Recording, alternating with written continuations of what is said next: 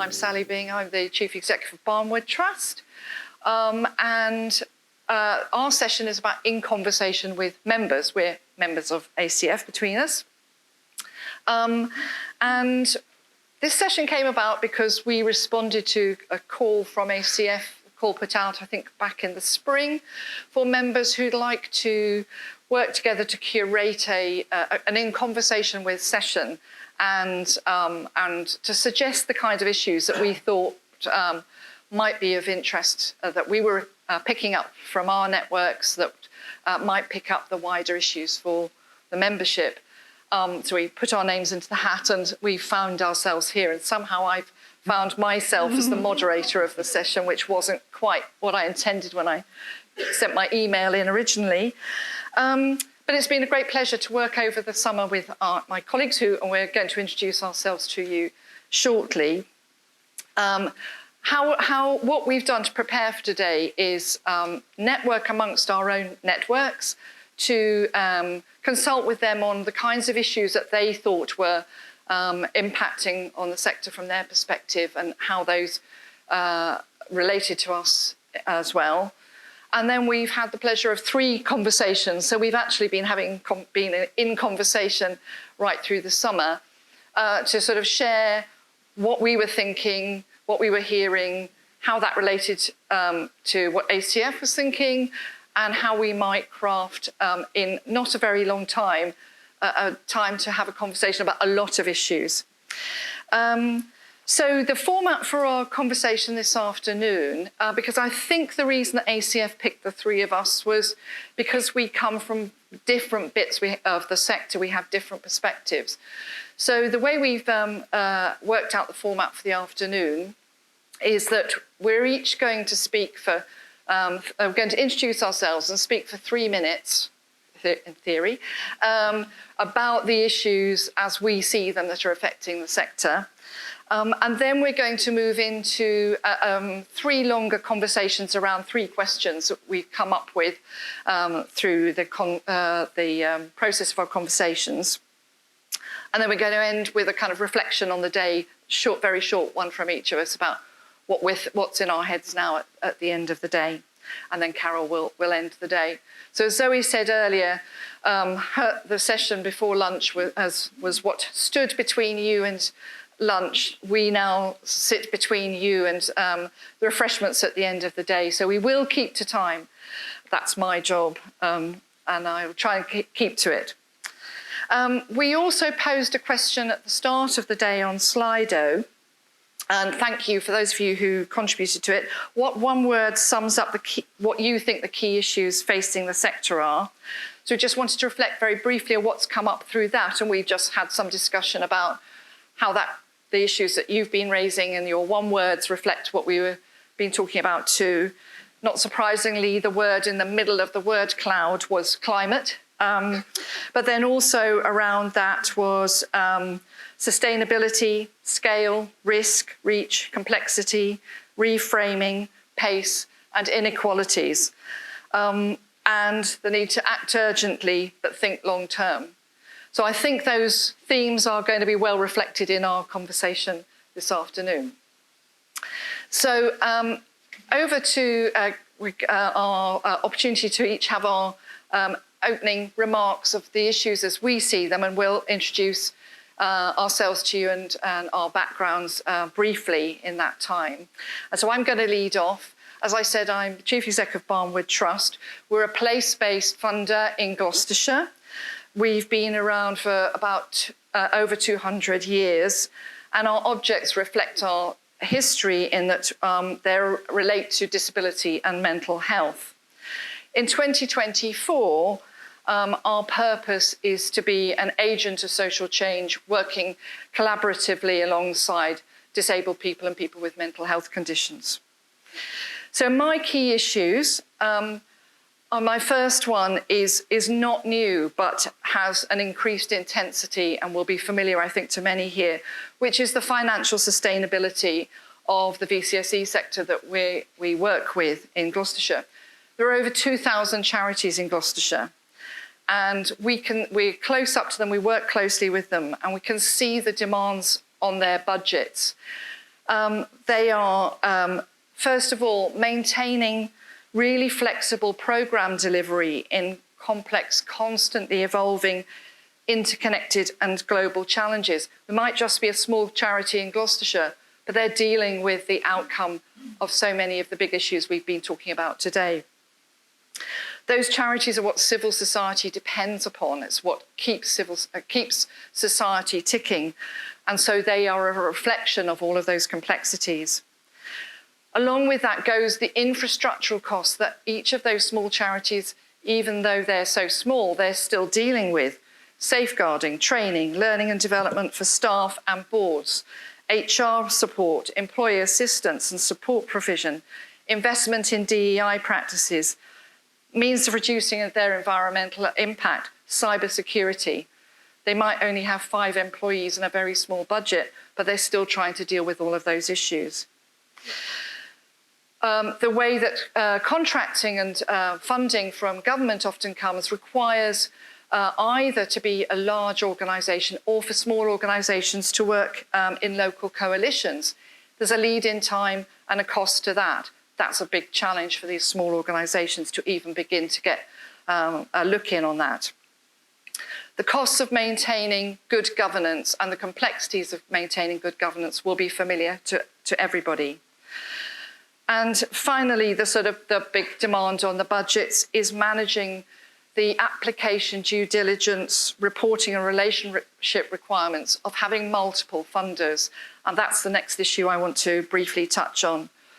The demands of dealing with a range of different funding resources. So most of the VCSE organisations that we deal with are funded by a wide range of resources. In the last financial year, the income for the VCSE sector in Gloucestershire was 579 million, of which 64 million came in government contracts and grants. So the application process, the due diligence process, the reporting, the impacts, the outputs, the outcomes from all of those different funders are all different, and particularly between state and charitable foundations. And these small organisations are navigating all of that. And the public sector and the trust and foundation sector, in our experience, doesn't collaborate much over funding. The third issue impacting that we see is a new one that is a bit unexpected, which is the impact of fiscal hosting. What we're noticing is the way that government funds and also some charitable foundations and trusts fund is to make a local organisation a fiscal host. And actually what we're seeing for those organisations is a lot of implications for their capacity and the governance requirements of those that they didn't see coming. And that's becoming an issue. The fourth issue is around the marketplace changes within the VCSE sector. So there's many more CICs coming into existence, particularly since the pandemic. They avoid the complexities of running a charity, but they have very varied governance arrangements and often don't have an income stream, which as a CIC they should have an earned income stream. So they're creating local tensions and inequalities in expectations, particularly in relation to state-funded contracts. Then my final issue is the lack of the infrastructure across civil society, what we think of as the structures of togetherness that bring together the structures of local democracy with the VCSE and the wider society and sense of citizenship, that we see is beginning to be really crucial for being able to deal with the kinds of challenges that we've been talking about today. And so my final point, having summed up all those issues, is that I think we increasingly see place-based funders as part of a local ecosystem. So we're part of civil society, as Julia Unwin describes, the full remit of civil society. And so we can be actors within that ecosystem, active actors, both with other funders, charitable trusts and foundations, and state funding, and in partnership with the funding recipients, having a much more collaborative approach to understanding challenges and issues. So that's the world, from my perspective, in Gloucestershire, of the kind of issues affecting the VCC and from my network there. So I'm now going to pass over to Neza Hatch, who's going to introduce herself and give her perspectives on the challenges facing the sector. So all our work, I was saying, is shaped around working in partnership. And we do work with London Borough of Islington in partnership quite a lot. And that's simple things like simple schemes like running a resident support scheme together, to working with individuals, corporates, community organizations in the borough to respond to local needs through collaboration via our restricted fund, Islington Giving. I'm sure you heard about giving movements, and Islington Giving was the first giving movement that was established by Cripplegate Foundation. Very proud to say from here. So we also launched our own climate-related fund about 2 years ago under the name of Go Greener Fund. So through this fund, we try to support local communities to help them develop their own policies around greener approaches in their day-to-day activities. And also very proud to say Cripplegate Foundation is also a signatory to funder commitment on climate. So that's another good thing to do as the trust and foundations. But I want to talk to you a little bit about inequalities, a word that came up through Slido today as well. So, and give you examples of some of the inequalities that we work with. So Islington is a borough that enjoys extreme richness, as some of you may know. But it's also a place, a home to profound disparities. So Islington has the 5th highest rate of people experiencing mental ill health. 34% of people living in Islington have income deprivation. 25% of people living in Islington living in poverty. And 1 in 5 people living in Islington live with a disability. So there's quite a lot of inequalities alongside the richness that we observe in the borough. Now, as a place-based funder, which has a relational approach to everything we do, and we work with communities that we serve very, very closely, we always ask this question to us: how can we make sure we are more inclusive in everything we do? And how can we remain inclusive in everything we do? So we've heard today, and we know that climate change may result in natural disasters, food insecurity, water scarcity, and this also may result in forced migration and emerging new communities, and with that emerging new needs in our areas. And again, we heard today, and we know that any natural or otherwise disasters deepen structural inequalities that exist around us. So as trust and foundations working within social justice area, how do we make sure that we are responsive to those inequalities, issues that arise from those inequalities? So again, another question we constantly ask ourselves at Cripplegate Foundation, how do we identify emerging needs and recognize systematic inequalities that impact some specific communities that we work with? We try to do that through our partners and our networks, and that's something that we constantly try to find new ways to identify emerging needs.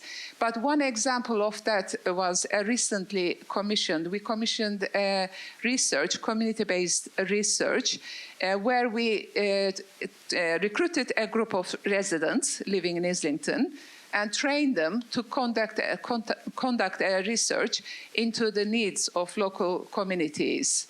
So they were given training, they were given means and resources to go and conduct that research themselves. And that was great because that brought back a lot of issues that we were aware of, but some new emerging themes that we actually weren't aware of. So, and it was quite owned by the community members, and that's why the results were actually probably received quite well as well.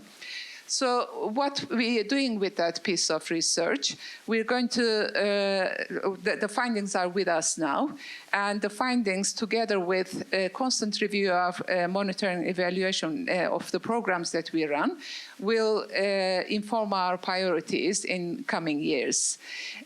So I think I'm going to end here and then hopefully cover some more inequalities later on and pass it over to Josh. Hello, everyone. I'm Josh Cockcroft. I'm the data lead at the Esme Fairbairn Foundation, which is a UK-wide foundation giving grants across a wide variety of areas. I lead their work on data internally and also manage a portfolio of grants for them. Externally to that, my work at Esme, which I spend most of my time doing really, is about funded collaboration. So I chair the DEI data standard, which is a cross-funder effort to improve the data and knowledge about funding in the sector. And I also advise the Funded Collaborative Hub, the Race Report, and the Funders for Racial Equity Alliance. So spending much of my time working and trying to get funders to talk to each other and work together as best as we can. Outside of my work at Esme, I'm also trustee of two foundations, the Arvon Foundation and the Cultural Philanthropy Foundation. And then also the last couple of years have been working to set up an organization called Climate Spring, which is a narrative change NGO set up to harness the power of culture to transform how we respond to the climate crisis. For me, over my 5 years I've been working at Esme and in the foundation sector, what's become increasingly clear to me is the importance and stress around funder practice and how we work, and taking a close view on what that is and how we can do that better. I think that issues such as why we don't collaborate more and thinking about how we fund and why we do it in intentional ways is really vital at the point in time we're now at in the face of the climate crisis and the, well, I hate the term, polycrisis. There's enough for us all to be worrying about without fighting with each other, and we should do our best to try and do what we can together. And I think, tying back to what Nezha was saying, this is very much climate and these related issues are very much issues of social justice. And this cuts across so much the work of what we at Esme, but actually what everyone I suspect in this room is working on across culture and poverty and issues around race and inequalities, economics and society. And at this point, strategic collaboration and taking a really kind of hard look at how we do things and why we're doing them the way that we are, and thinking about that and thinking about what we can change, I think is really, really crucial. The need for all our funding is great, and there's clearly never going to be enough to go around, but we need to ensure that we're working together to maximize impact as far as we can. So I think to start with, I think we need to be thinking about how we experiment, how we try things, and how we do things differently from here. Thank you. And it's over to me now. I can hear my mic is working, so that's good. My name is Carol Mack. I'm the Chief Executive of the Association of Charitable Foundations, and it's fantastic to see so many of you here today. I thought what I could do is just explain a little bit about why ACF chose climate as the theme for this gathering. And I think it's clear from the evidence that Julia shared with us this morning that we need to be thinking about climate in terms of adaptation. It's changing already. And mitigation. We're all concerned about climate, and yet many of us find it difficult to bring that concern into our everyday work. And when we did a survey of members in preparation for this conference to look at some of the barriers there are to taking a climate lens to your work, one of your #1 concerns was mission drift. That you have a particular mission, you're there for arts and education, or you're there to tackle poverty. And as we've been hearing from the panelists, the needs at the moment have never been higher. Whenever I speak to members, very often they tell me that the level of applications is through the roof in terms of numbers and in terms of demand for funding. So why then pick on the climate as our focus for today? Well, I think of all the actors in civil society, foundations very often pride themselves on their long-term view. And as we've been hearing from Julia, climate is not a long-term issue, it's a here-now issue. I was very struck by a comment by Celeste Saulo, who's the chief meteorologist of the UN. And she said that the climate crisis is a combination of climate change and inequalities. And like Nezahet and Josh, I know that many funders are concerned about inequalities. Even if your mission might not have inequality or social justice in it, if you're a science funder, you want to be sure that you're funding equitably. So I think it really does cut across all missions, as Julia was saying this morning. So Nezahet mentioned that Cripplegate is a signatory to the funder commitment on climate change. ACF hosts that funder commitment on climate change, and we launched it in 2019 at our conference in that year. What it aims to do is to give all foundations a framework to apply a climate lens to their work. We have 135 foundations in the UK that have signed that commitment, and their missions are many and varied, for arts and heritage, education, children and young people, you name a mission, and there will be a signatory of the funder commitment on climate change. What do you commit to do? If you sign that commitment, you commit to learn about the climate crisis and how it relates to your work, to integrate it into your consideration of your existing funding programs, to look at your investments and how you can steward them to a post-carbon future. And there's been lots of thinking about that in sessions today. You look at your own carbon footprint and decarbonising your operations. Where you can, you commit resources directly to addressing climate change. There's some really interesting examples from within the membership on that, whether it's funding community groups to have their say in a just transition in a particular place. My personal favourite is a funder that focuses on church buildings and has had a long-running programme installing solar panels on the roofs of churches to improve the church's cash flow and income, so solving many problems all at once.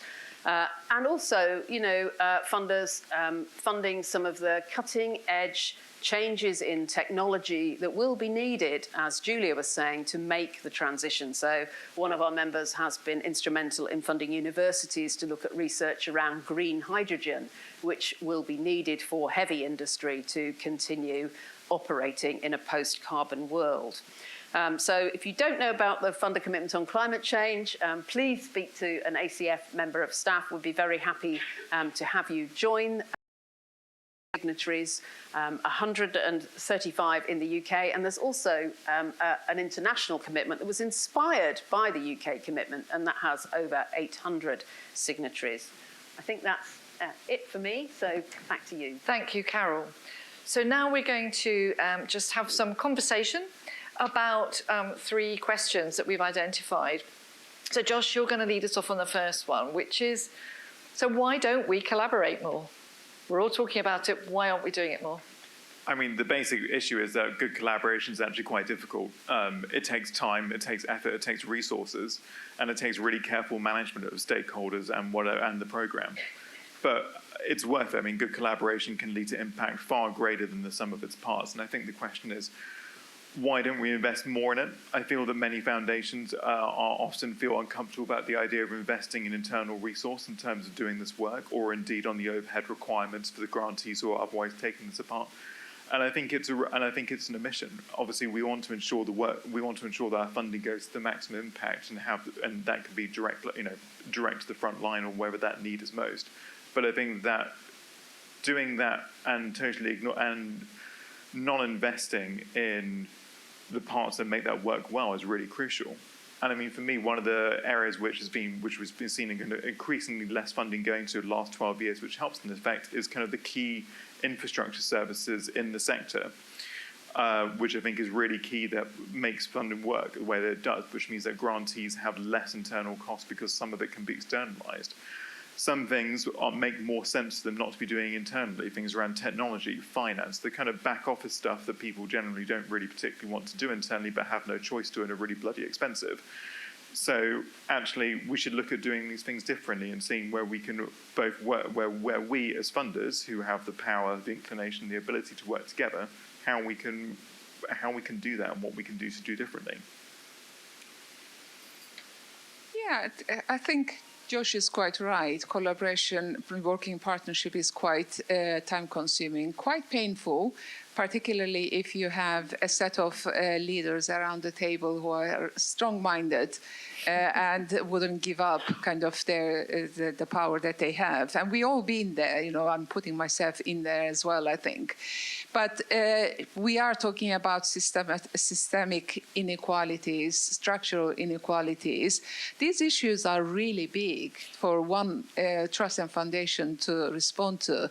This requires a collaboration, a partnership, everyone working together to actually change, to make a systemic change that can be lasting and sustainable. So in that sense, it's really worth it, worth the pain, worth the time, and worth the investment. And a lot of collaboration is happening already. So we can see through our networks and forums that we are a member of, both kind of in London, in the borough that we are operating in, and overall nationwide. I think a lot more collaboration and partnership is happening at the moment. It's just we need to probably approach those partnerships and collaboration a bit more structurally and systematically. Did you want to come back in? Yeah, I was just going to say, we were talking a bit before about this premise of cathedral building and the need for that. I think long-term thinking, going back to your 14th century investment in a large stone building that will take you 120 years to build across several generations, while we should be slightly more ambitious in terms of our timelines. The fact is that collaborations do take effort and time, and we shouldn't be scared of doing them.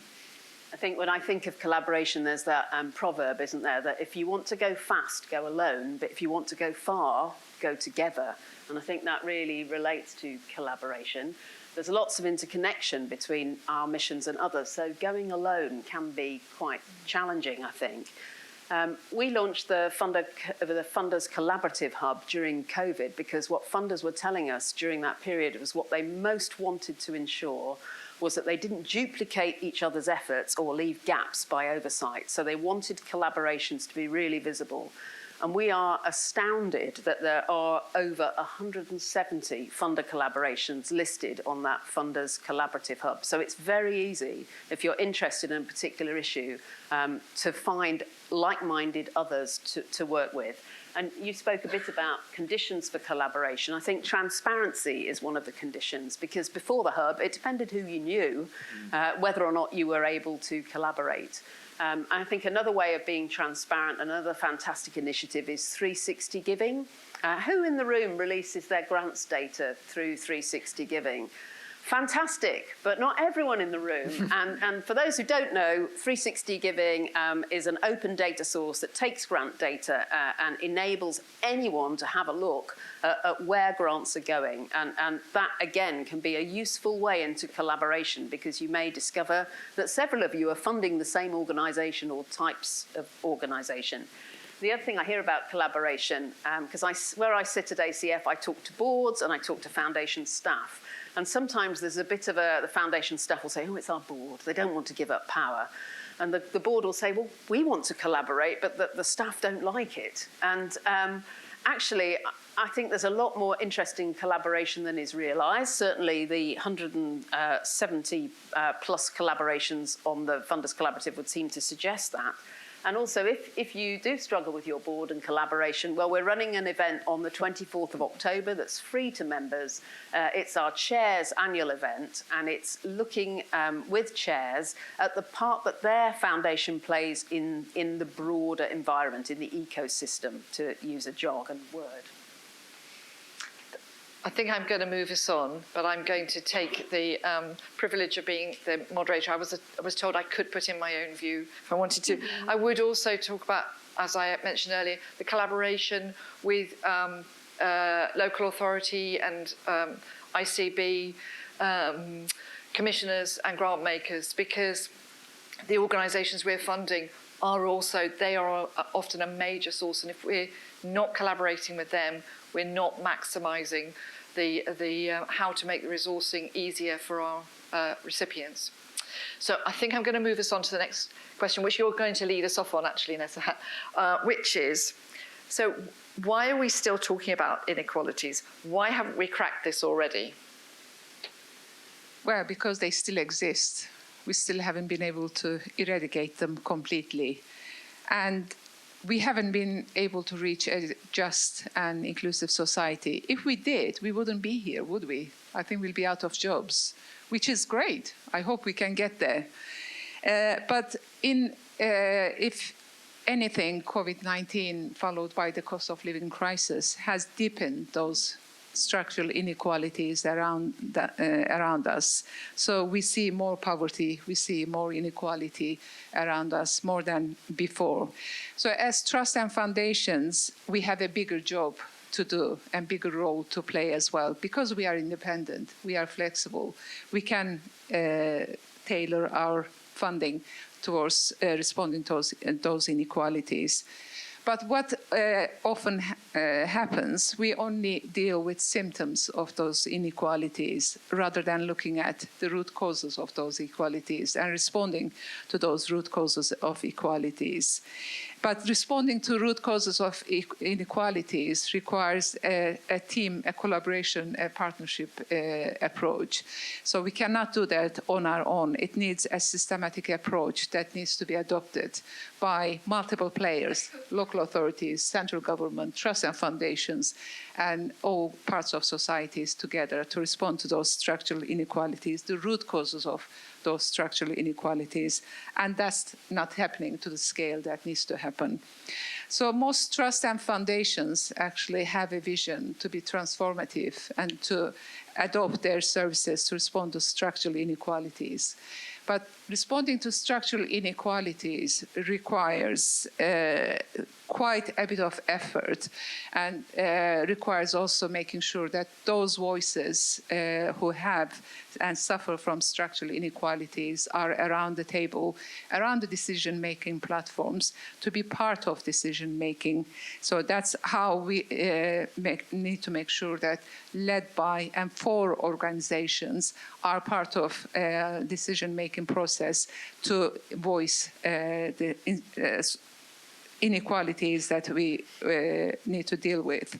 So that means that equality, diversity, and inclusion agenda should be on our focus all the time and should run through everything we do and everything we represent. This will mean, firstly, of course, diversifying our boards. So at board level, those voices of structural inequalities need to be around the table to be part of that decision making. So that's the most challenging bit, I think, for most of trusts and foundations who are having difficulties in diversifying that board. But again, very proudly, we did that at Charitable Gate Foundation a few years ago. We deliberately, intentionally went out and recruited those trustees that represented the communities that we serve. Again, you know, that, as we heard earlier on from Cameron, one of the panel members, there's not one representative to communities. There are communities within communities, but at least you're trying to bring some of the voices to your board level. So, and ultimately, equality, diversity, and inclusion need to be embedded in organizational structures, but also part of strategy. That's how we ensure that EDI is on the agenda all the time. It's good to set up EDI subcommittees. I think it's a really good start to start reviewing your operations, your governance, your grant making, but that's a temporary arrangement to look at most urgent actions that you need to take. But ultimately, EDI should be running through organizational structures throughout the way. And not everyone moves with the pace and urgency that we want them. As we heard earlier on, it's not about pace, but it's about making difference. So that's okay. I think it's okay to make mistakes as well, as long as we have the right expertise around the table to advise and guide and lead the EDI agenda on behalf of our organizations. I think that your point about diversifying boards is such a crucial part of this. I mean, I think that we need to ensure that we're working with the best partners to deliver the work, and this means long-term investment in organizations we historically underfunded and expanding out our networks of the organizations that we tend to habitually fund. And I think that diversifying one's board is a really excellent way of doing that and finding new opportunities for us to work with new people. But those organizations, the ones who are kind of led by the communities they serve, they know the challenges the best, they know the opportunities, and they know the nuances better than anyone else. And I think we need to be confident in funding them to help them scale their work. A lot of the conversations often they're small because they've been historically underfunded because the structural barriers in terms of attracting funding. And I think that we need to do what we can to be able to scale them up, to be able to take the risk of funding those organizations and to be able to back them to do the work that they need to do. I think what I'd add is I'm very conscious as I sit here that ACF members are not all large foundations, that 23% of our membership give under $500,000 a year. And it can feel a bit overwhelming when you hear about systemic change and climate and EDI and how do I respond to everything. And I think it's important to remember that you're part of a wider picture and that you don't all have to do everything. I live in Barry in South Wales, and I'm just very mindful of a swimming group that is for disabled children. All of its equipment was really tatty and they needed new equipment, and they had a small grant from a local funder that enabled them to buy this new equipment, and then they were there for children for years to come. And that's EDI work. It doesn't have to be difficult. It's all part of a bigger picture. And just being aware of the plurality of the foundation sector and that little actions by many people can add up to systemic change. And you need people thinking about the systemic change too. Mindful of time, we're going to move on to our last question and a very short response each, I'm afraid. But Carol's going to kick us off on it. How can we do funding better? Yes, answer that in 2 minutes. Yeah, it's very, very difficult to generalise because you fund such different work. Clearly, research funding is going to be very different from community funding. And yet funding practice is really important. It's where the rubber hits the road. It's where those you care about and support form their view of what you are like from how you interact with them. So it's really important. I think, as Nezahat said, if you don't fund with equity in mind, you will by default fund inequitably. And that was the big lesson of COVID. If you don't pay attention to equity in the way you fund, then because the way society is structured, you will fall into those norms and fund inequitably. Fortunately, ACF set its members to work, set you to work on identifying what good funding practice looks like, what ambitious funding practice looks like, and we published a Stronger Foundations report on funding practice that has 5 pillars of stronger funding practice.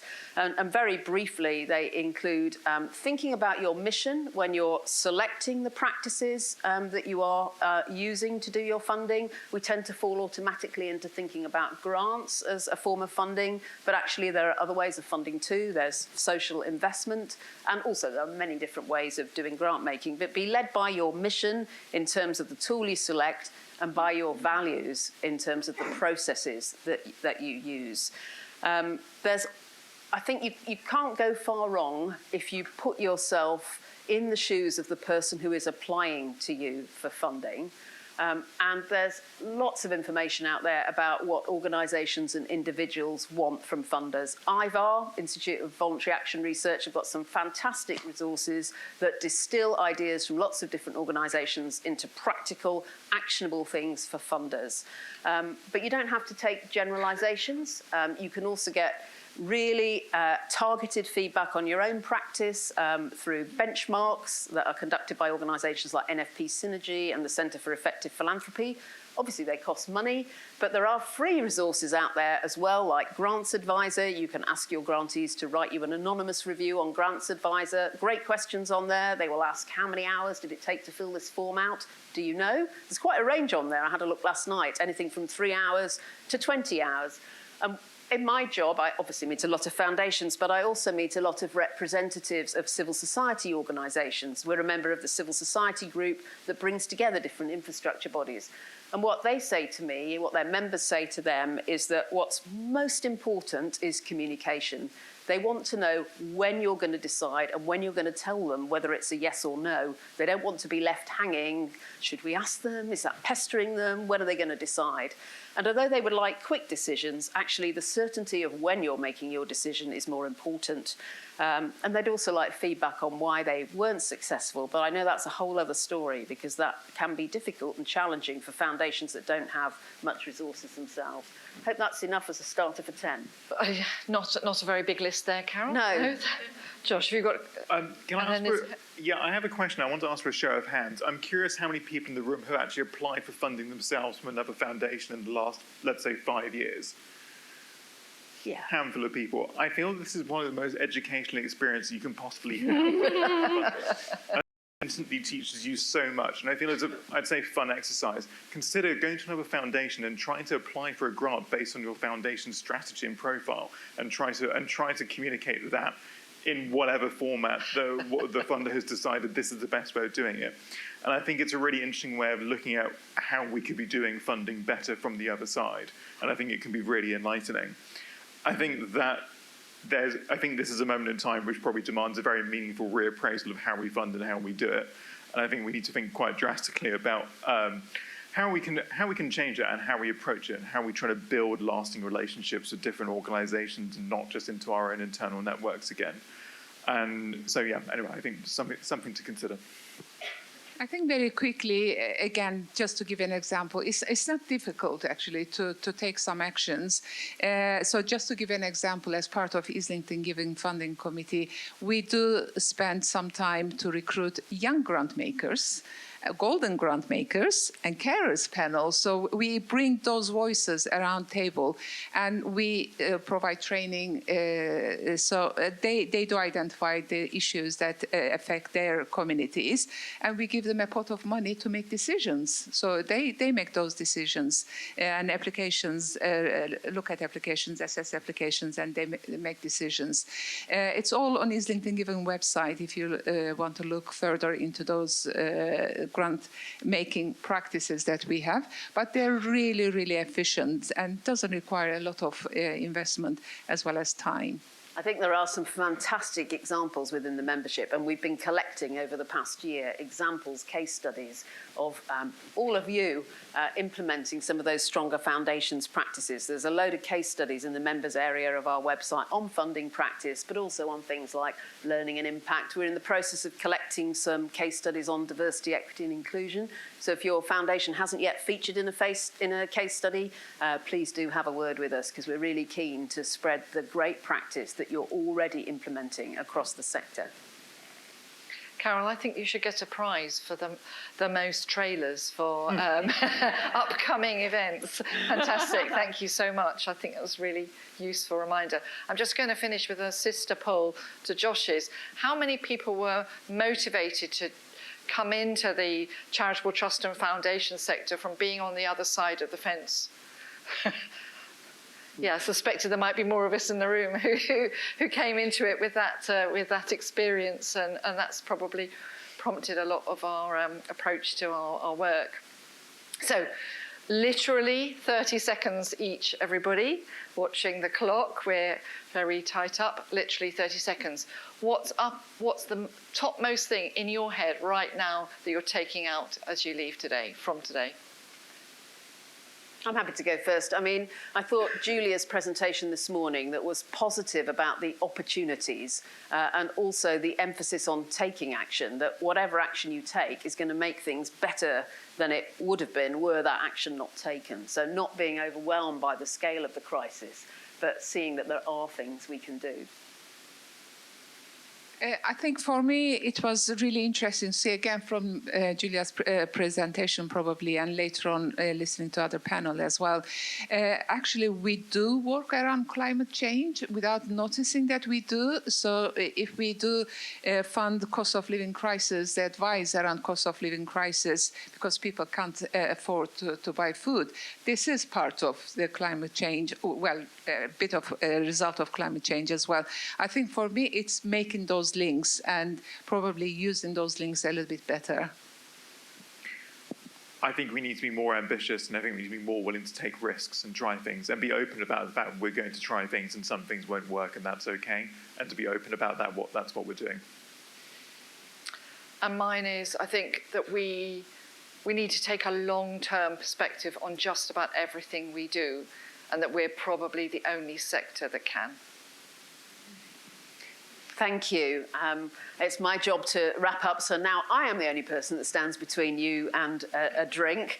As always, it feels like the conversation's just got started and we need to end. So please do continue the conversation over drink. Hopefully we've given you lots of stepping up points, because there was so much covered just in that last round. I'd like to thank this panel for all of the time, thought and energy you've given to this session. I know you've been diligently talking with your networks about the issues that are uppermost in their mind, and I'm very grateful to you for the time that you've committed to this. I hope it hasn't ruined your conference, that you've been aware of this session at the end of the day, so thank you. I'd like to thank all of you.